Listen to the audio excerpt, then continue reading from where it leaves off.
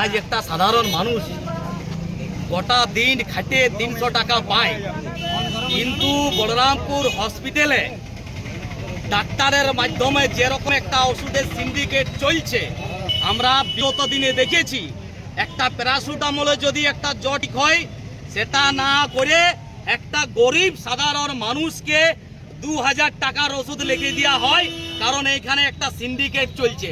আর সেই ওষুধটা আপনি সেইখানেই পাবে যে ডাক্তারবাবু সেই মেডিকেলে বসবে, আর সেই কোম্পানিরই পাবে যেই কোম্পানির সাথে যে টাই আপ হয়ে আছে। তাহলে এটা কি বলরামপুর সাধারণ মানুষের জন্য হসপিটাল না প্রাইভেট ডাক্তারদের প্রাইভেট লিমিটেড কোম্পানি? এটা ডাক্তারদেরকে কিন্তু জবাব দিতে হবে। আজ আপনারা হসপিটালে দেখবেন বাথরুম সহ, বেড সহ, ইলেকট্রিক আছে, ফ্যান নাই, বাথরুম আছে পরিষ্কার নাই, জলের কল আছে জল নাই, গোটা হসপিটাল চত্বরে আবর্জনা ভর্তি আছে। আমি বিএমএইচ এবং সিএমএইচ সাহেবকে এবং ডাক্তারকে বলতে চাই, বলরামপুরের মানুষকে আপনারা জনগণকে কি ভাবিয়েছেন?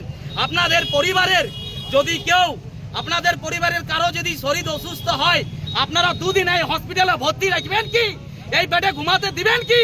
এই ফ্যানের মধ্যে গরমের ভাবতে দিবেন কি? এই বাথরুম ব্যবহার করবেন কি?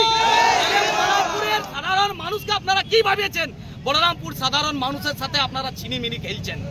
আর আমরা দেখেছি বিগত দিনে তৃণমূলের নেতারা শুধুমাত্র দুটো কলা নিয়ে আসে এখানে, আর একটা পাউরুটি নিয়ে আসে, আর সমাজ সেবার কাজ দেখায়, আর এখানে আপনারা কাটমানি খান। এখানে চেয়ারপারসন শান্তিরাম মাহাতো, আপনি তো স্বাস্থ্যের চেয়ারপারসন আছে, আপনাকে দেখা উচিত বটে। আপনার যে লাইট আছে দিন রাত জ্বলছে, বিলটা কে দিবে এইখানে? আরে কয়লা খাচ্ছেন, বালি খাচ্ছেন, গরুর টাকা খাচ্ছেন, হসপিটালটাকে ছাড়িয়ে দিন। এটা সাধারণ মানুষের জন্য।